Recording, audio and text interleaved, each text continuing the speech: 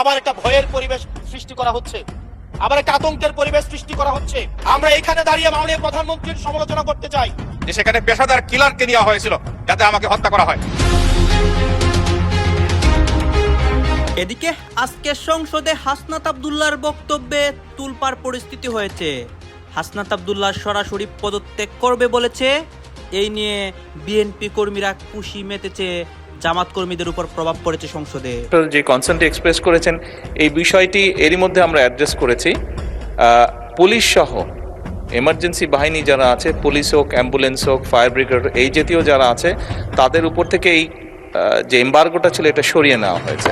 কাজে এখন যখন তারেক রহমানের দল বিএনপি মহাসচিব মির্জা ফখরুল ইসলাম আলমগীর বলে বসছেন যে তারা ক্রমান্বয়ে রাজনৈতিকভাবে জামায়াতে ইসলামীকে নির্মূল করা প্রয়োজনীয় বলে মনে করেন, তখন বুঝতে বাকি থাকে না যে যারা সেই অ্যাসাইনমেন্ট দিয়ে বিএনপিকে ক্ষমতায় বসিয়েছে, বিএনপি তাদেরকে আশ্বস্ত করতে চাইছে। শীঘ্রই জামাত এনসিপিকে ডেকে সব সমস্যার সমাধান করবেন তারেক জিয়া। আমরা এরকম কিছু আলামত লক্ষ্য করছি। আমি কি কাউকে মুনাফেক বলতে পারবো এই সংসদে? না, পারবেন না। আচ্ছা, আমি মুনাফেক বললাম না কাউকে। 2 মাসের সরকার, কিন্তু এই 2 মাসে কি করছেন? হঠাৎ করে এই মির্জা ফখরুল ইসলাম আলমগীর খেই হারিয়ে ফেলেছেন কেন? আজকের সংসদে হাসনাত আব্দুল্লাহর পদত্যাগের ঘোষণায় সবাই অবাক হয়ে যায়। সংসদের মধ্যে একটা ঝামেলা তৈরি হয়। এই ঝামেলাকে কেন্দ্র করে তারেক রহমান জামাতে আমির মুখোমুখি বক্তব্য দেয়।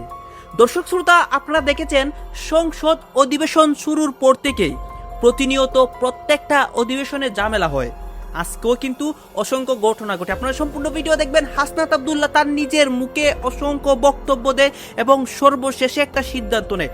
সবকিছু দেখতে পারবেন এই একটি ভিডিও, এবং সংসদে আরো অনেক যে ঘটনা ঘটে সেই সবও দেখতে পারবেন এই একটি ভিডিওতে।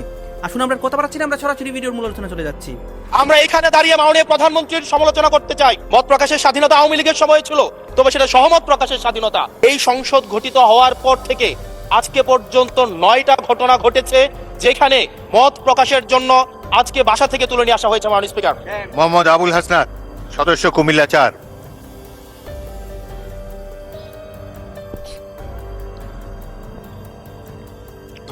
আপনার সময় হলো 7 মিনিট। ধন্যবাদ মাননীয় স্পিকার। আমার সিরিয়াল অনেক পিছনে ছিল, যদিও আমি আজকে এই সংসদে আমরা অনেক ত্যাগ, তিতিক্ষা, আমরা সবার কাছে অনেকের সংগ্রামের কথা শুনি।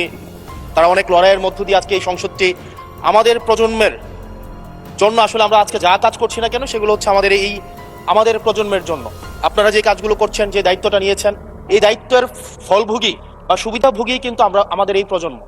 মাননীয় স্পিকার, আমরা খুব আশাহত হই যখন এই সংসদ এত রক্ত, এত লড়াই, এত ত্যাগের পরে আজকে যখন এই সংসদটি গঠিত হয়েছে, কিন্তু এই সংসদ আবার আগের যেই বিশিয়াস সাইকেল, দোষারোপের যেই সাইকেল, একজনকে বিভিন্ন ট্যাগিং এর যেই সাইকেল, মত দমনের নামে, বিরোধী মত দমনের নামে মামলার যেই সাইকেল, আমরা সেইখানে আবার চলে গিয়েছি।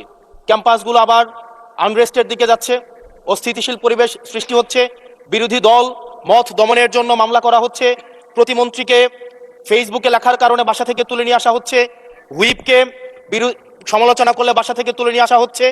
আবার আমরা আগের সংস্কৃতিতে আমরা চলে যাচ্ছি, যেখানে মাননীয় প্রধানমন্ত্রী নিজে কার্টুন শেয়ার করে বিভিন্ন স্যাটায়ার, বিভিন্ন মকারিকে প্রমোট করছে, বিরোধী মতকে প্রমোট করছে।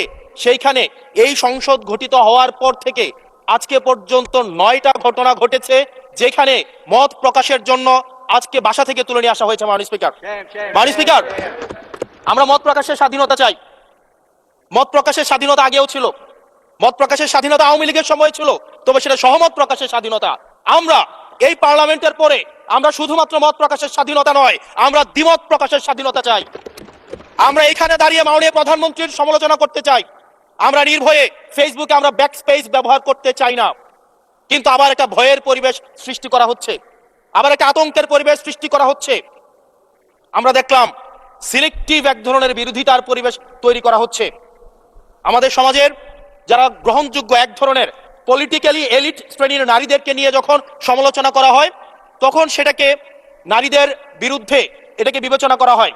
কিন্তু যারা পলিটিক্যালি পিছিয়ে পড়া জনগোষ্ঠী রয়েছে, গার্মেন্টস কর্মী রয়েছে, যারা হচ্ছে এই দেশের অর্থনীতির চাকাকে সচল করার জন্য রাত দিন পরিশ্রম করে যাচ্ছে, গ্রামগঞ্জের নারীরা মায়েরা যারা রাত দিন পরিশ্রম করে যাচ্ছে, তাদেরকে যখন স্লাট শেম করা হয়, গালি দেওয়া হয়, সেটাকে আমরা নারী বিরোধিতা হিসাবে আমরা সেটাকে আমলে নেই না।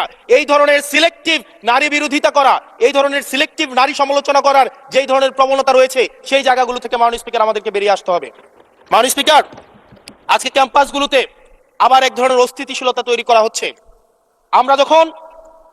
আমি ইউনিভার্সিটি থেকে 2022 সালের অক্টোবর ইউনিভার্সিটি থেকে এসেছি।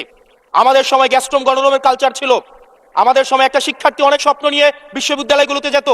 আমরা সেখানে দেখেছি ক্ষমতাসীন দল কিভাবে বিশ্ববিদ্যালয়ের শিক্ষার্থীদের তাদেরকে পুঁজি করে তাদের ক্ষমতা কাঠামোকে দীর্ঘমেয়াদী করার জন্য সেখানে বাধ্যতামূলক সেখানে রাজনীতি করাতো। আজকে সেখানে বিশ্ববিদ্যালয়গুলোতে আবার গ্যাস্ট্রম গণরম কালচার চালু করার প্রয়াস শুরু হয়েছে। আবার সেইখানে বাধ্যতামূলক রাজনীতির কালচার শুরু করা হচ্ছে।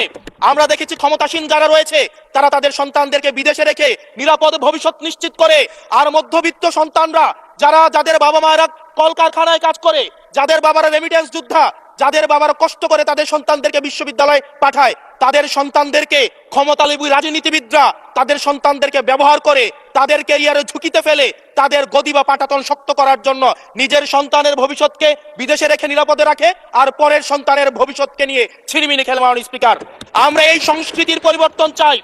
আমরা চাই বিশ্ববিদ্যালয়গুলো শুধুমাত্র নেতা তৈরির হাতিয়ার হবে না।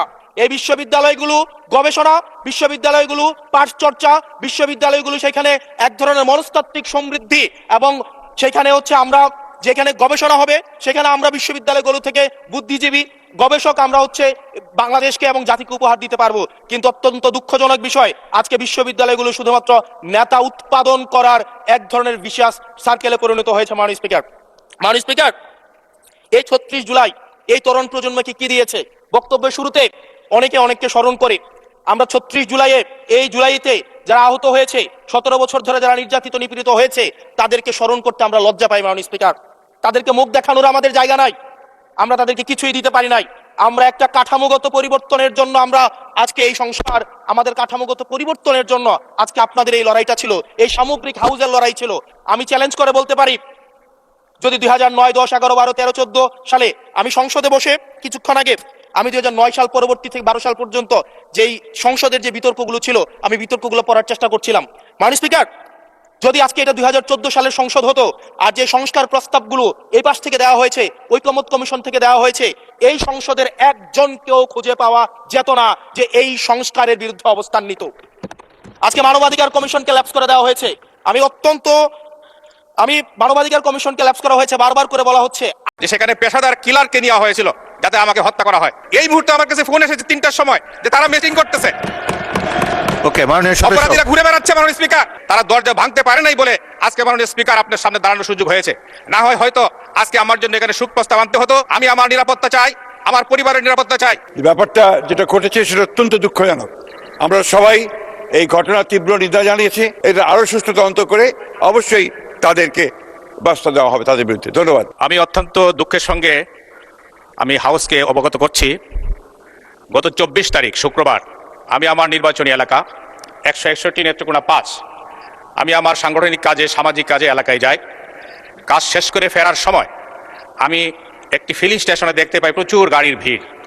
তখন আমি স্বাভাবিকভাবে সেখানে দাঁড়ালাম, ফিলিং স্টেশনে আমার গাড়ি রেখে আমি মানুষের খোঁজখবর নিলাম। ইতিমধ্যেই মাগরিবের আজান হয়ে যায়। আমি ফিলিং স্টেশনের সেখানে নামাজের জায়গা, সেখানে নামাজ পড়তে যাই আমার লোকজন সহ। এই মুহূর্তে বিএনপির কিছু লোক যারা বিএনপির নাম ধারণ করেছে, তারা সন্ত্রাসী, তারা আমার গাড়ির উপরে হামলা চালায়। আমার লোকজন যারা সাউন্ড শুনে আসে তাদের উপরে হামলা করে, শারীরিকভাবে নির্যাতন করে, এবং আমি যে মসজিদে ছিলাম সেই মসজিদে গিয়ে আমাকে খুঁজে বের করার জন্য চেষ্টা করে। মুসল্লিরা মসজিদের দরজা বন্ধ করে দেন, সেই মসজিদের দরজা ভাঙার জন্য বিভিন্ন অস্ত্র দিয়ে তারা দরজার উপর আঘাত করে এবং আমাকে অকথ্য ভাষায় গালিগালাজ করে আমাকে মারার জন্য হুমকি দেয় এবং তারা আমাকে মেরে ফেলার জন্য চেষ্টা করে। পরবর্তীতে আমি শুনতে পাই Spanish digital print tiles, ATI tiles, এক টাইলসে জীবন পান। যে সেখানে পেশাদার কিলারকে নেওয়া হয়েছিল যাতে আমাকে হত্যা করা হয়। কিন্তু মসজিদের মুসল্লিদের প্রতিরোধের মুখে তারা দরজা ভাঙতে পারে নাই বলে আজকে মাননীয় স্পিকার আপনার সামনে দাঁড়ানোর সুযোগ হয়েছে। না হয় হয়তো আজকে আমার জন্য এখানে সুখ প্রস্তাব আনতে হতো এবং আমার জন্য হয়তো আপনারা 1 মিনিট নিরাপত্তা পালন করতেন। মাননীয় স্পিকার, আমি আপনার কাছে আমার নিরাপত্তা চাই, আমার পরিবারের নিরাপত্তা চাই। আমাদের মাননীয় প্রধানমন্ত্রী, স্বরাষ্ট্রমন্ত্রী মহোদয়ের কাছে আমি আমার এলাকার সংগঠনের কর্মীদের নিরাপত্তা চাই। মাননীয় স্পিকার, এইভাবে আমাকে জনগণ জিজ্ঞেস করেছে যে কি অপরাধে আপনার উপর হামলা করা হলো, আমি অপরাধটা বলতে পারি নাই। আমি যতটুকু শুনেছি মাননীয় সদস্য, আপনার কথা শুনলাম, এখন আপনি আমার কথাটা অনুগ্রহ করে শুনেন। আমি পত্রিকায় দেখলাম যে আপনার এই ঘটনায় একটি মামলা হয়েছে এবং পুলিশ 9 জনকে গ্রেফতার করেছে। মাননীয় স্পিকার, পুলিশ তাদেরকে গ্রেফতার করেছে, তাদের মধ্যে একজন শুধু তালিকাভুক্ত আসামি, বাকিরা সবাই নিরপরাধ। আজকে 9 জনে জামিনে চলে আসছে। আর যারা আসামি ছিলেন তারা সকলেই মিছিল করতেছেন। এই মুহূর্তে আমার কাছে ফোন এসেছে 3টার সময় যে তারা মিটিং করতেছে। ওকে মাননীয় সদস্য, অপরাধীরা ঘুরে বেড়াচ্ছে মাননীয় স্পিকার। আচ্ছা, আমি মাননীয় এসপি মহোদয়কে বলেছি যে অপরাধীরা প্রকাশ্যে ঘুরে বেড়াচ্ছে, কিন্তু তাদেরকে গ্রেফতার করা হচ্ছে না তালিকাভুক্ত আসামিদেরকে। মাননীয় স্পিকার, আমি শুনুন। আপনার মাধ্যমে আমার নিরাপত্তা চাই এবং আসামি যাতে গ্রেফতার হয় তাদেরকে উপযুক্ত শাস্তির ব্যবস্থা করা হয়। ধন্যবাদ। আমি আপনার কাছে সহযোগিতা চাই। ধন্যবাদ মাননীয় সদস্য, আপনি দয়া করে বসুন। বিষয়টি অত্যন্ত দুঃখজনক, একজন সংসদ সদস্যের উপরে হামলা, এটি কখনোই। আচ্ছা, মাননীয় কে বলবেন? মাননীয় মন্ত্রী মির্জা ফখরুল ইসলাম আলমগীর। ধন্যবাদ মাননীয় স্পিকার। আমি আপনার মাধ্যমে মাননীয় সংসদ সদস্যকে এবং জানাতে চাই যে ব্যাপারটা যেটা ঘটেছে সেটা অত্যন্ত দুঃখজনক। আমরা সবাই এই ঘটনার তীব্র নিন্দা জানিয়েছি এবং এতে আমরা অত্যন্ত দুঃখিত বোধ করেছি। আমাদের সংসদ নেতা পাশেই বসে আছেন, তিনি আমাকে বলেছেন যে তিনি নিশ্চিত করবেন যেন এটা সুষ্ঠু একটি তদন্ত হয়, প্রকৃত অপরাধীদের খুঁজে বের করে তাদেরকে শাস্তি প্রদান করা হবে। ধন্যবাদ মাননীয় স্পিকার। এবং 2 জন অলরেডি গ্রেফতার হয়েছে, 9 জন গ্রেফতার হয়েছে এবং এটা আরো সুষ্ঠু তদন্ত করে অবশ্যই তাদেরকে ব্যবস্থা দেওয়া হবে তাদের বিরুদ্ধে। ধন্যবাদ। কাজে এখন যখন তারেক রহমানের দল বিএনপি মহাসচিব মির্জা ফখরুল ইসলাম আলমগীর বলে বসছেন যে তারা ক্রমান্বয়ে রাজনৈতিকভাবে জামায়াতে ইসলামীকে নির্মূল করা প্রয়োজনীয় বলে মনে করেন, তখন বুঝতে বাকি থাকে না যে যারা সেই অ্যাসাইনমেন্ট দিয়ে বিএনপিকে ক্ষমতায় বসিয়েছে, বিএনপি তাদেরকে আশ্বস্ত করতে চাইছে। বিএনপি মহাসচিব মির্জা ফখরুল ইসলাম আলমগীর জামায়াতকে রাজনৈতিকভাবে নির্মূলে বিএনপিকে কাজ করতে হবে এমন মন্তব্য করেছেন। বিএনপি মহাসচিব মির্জা ফখরুল ইসলাম আলমগীর না জেনে বুঝে দলের এক ফোরামে এমন মন্তব্য প্রকাশ্যে করে বসেছেন, সেটা ভাববার কোনো কারণ নাই। কিন্তু বিএনপি কেন জামায়াতকে রাজনৈতিকভাবে নির্মূল করতে চাইবে? বিএনপি হচ্ছে সেই দল যেই দল জামায়াতের রাজনীতিকে বাংলাদেশে ফিরিয়ে এনেছে। প্রেসিডেন্ট জিয়ার আমলেই জামায়াতে ইসলামী রাজনীতিতে ফেরে গোলাম আজম সহ জামায়াতে ইসলামীর বিভিন্ন নেতৃবৃন্দ সে সময় সেই সুযোগে বাংলাদেশেও ফিরে এসেছিলেন। এই অবস্থায় এহেন বিএনপি, যে বিএনপিকে 91 সালে ক্ষমতায় আনতে জামায়াতে ইসলামীকে সমর্থন দিতে হয়েছে, কারণ বিএনপি নিরঙ্কুশ সংখ্যাগরিষ্ঠতা পায় নাই, যেই বিএনপি 2001 সালে যে 4 দলীয় জোট সরকার গঠন করেছে, সেই 4 দলীয় জোট সরকারে তাদের জোট সঙ্গী ছিল জামায়াতে ইসলামী। তাদের মন্ত্রিসভায় জামায়াতে ইসলামীর 2 মন্ত্রী ছিলেন, নিজামী সাহেব এবং আলী হাসান মোহাম্মদ মুজাহিদ। মতিউর রহমান নিজামী এবং আলী হাসান মুজাহিদ দুজনেরই পরে আওয়ামী লীগ আমলে যুদ্ধাপরাধের মামলায় বিচার হয়েছে এবং মৃত্যুদণ্ড হয়েছে। এহেন বিএনপি হঠাৎ করেই কি রাজনৈতিকভাবে নির্মূলের কথা বলছে? জামায়াতে ইসলামীকে একটা ভাগাভাগির সংসদ গঠনের 2 মাস যেতে না যেতে, এগুলো খুব তাৎপর্যপূর্ণ প্রশ্ন হয়ে দেখা দিয়েছে বাংলাদেশের রাজনীতিতে। কার চাপে, কার ইঙ্গিতে বিএনপির রাজনীতিটা এমন খোলস পাল্টে এমন ভাবে বদলে যাচ্ছে? জামায়াতে ইসলামীর আমির একটা খুব সিগনিফিকেন্ট কথা বলেছেন, মানে তিনি যে রাজনীতিটা বুঝতে পাচ্ছেন না তা তো ভাবার কোনো কারণ নাই। তারা তো আন্দোলন শুরু করেছেন। আমাদের এটা স্বাভাবিক কথা, আমরা সবাই চলি, সংবিধান আমাদেরকে সেই রাইট দিয়েছে। কুমিল্লা কালকে আমি ছিলাম, কালকে একটি দুঃখজনক ঘটনা ঘটেছে। একজন সরকারি কর্মকর্তা কাস্টমার নবী দেখার মতো তাকে সরকারি ডিউটি পথের মধ্যে কে বা কারে তারা হত্যা করে ফেলে দিয়েছে বাড়ি যাওয়ার পথে রাস্তাতে নেমে। আমি পুলিশকে যোগাযোগ করেছিলাম, বিষয়টি এটি। আমাদের সরকার গভীর তেল সংকটকে নিয়ন্ত্রিত করেছে, ইনশাল্লাহ মানুষের এখন আর অভিযোগ নেই। আর আমাদের উত্তর এই দিকের ওরাও বারবার দাঁড়ানোর সুযোগটা কিছু সীমিত হয়েছে, কিন্তু একটি ভুল বোধ হয়ে গেছে। সেটা হলো নিয়ন্ত্রণের ক্ষেত্রে পুলিশকে যখন জিজ্ঞেস করেছি, পুলিশ বলেছে আমাদের তেল সংকট আছে, ডিউটির পরিমাণ কমে গেছে, এত রাত্রে পর্যন্ত থাকার সুযোগ নেই। এই লোকটি নির্দয়ভাবে নিহত হয়েছে, কাস্টম কর্মকর্তা, কুমিল্লা মানুষ তাকে পছন্দ করে। কালকে এই মৃত্যুর ঘটনা আলোড়ন সৃষ্টি করেছে। পুলিশ বলেছে তাদের তেল সংকট আছে, তেল নাকি রেশন হয়েছে।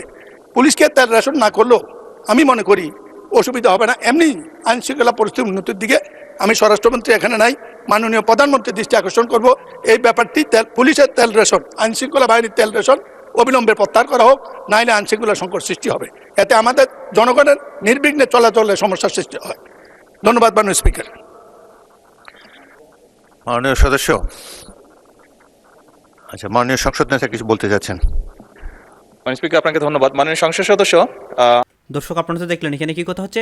অনেকেই কিন্তু অনেক কথা বলতেছে, অনেকে আলোচনা করতেছে, অনেকে সমালোচনা করতেছে দেশের বিভিন্ন অবস্থা এবং পরিস্থিতি নিয়ে। বিশেষ করে এখানে আমরা দেখতে পাচ্ছি দেশের রাজনীতির প্রেক্ষাপট নিয়ে কথা হয়, আর অনেক বিষয় নিয়ে কথা হয়। গাইজ, এই বিষয়গুলো দেখে এবং দেশের রাজনীতির প্রেক্ষাপটগুলো নিয়ে আপনার মন্তব্য কি? আপনার গুরুত্বপূর্ণ মন্তব্যটা অবশ্যই আপনারা আমাদের কমেন্ট বক্সে লিখে যাবেন। সর্বশেষ আপনাদের কাছে আমাদের একটা রিকোয়েস্ট থাকবে, আপনারা আমাদের চ্যানেলের নতুন দর্শক হয়ে থাকলে চ্যানেলটি সাবস্ক্রাইব করবেন এবং পাশে থাকা বেল বাটনটি দেবেন, যাতে করে নেক্সট ভিডিওটা সবার আগে আপনাদের কাছে পৌঁছে যায়। ধন্যবাদ।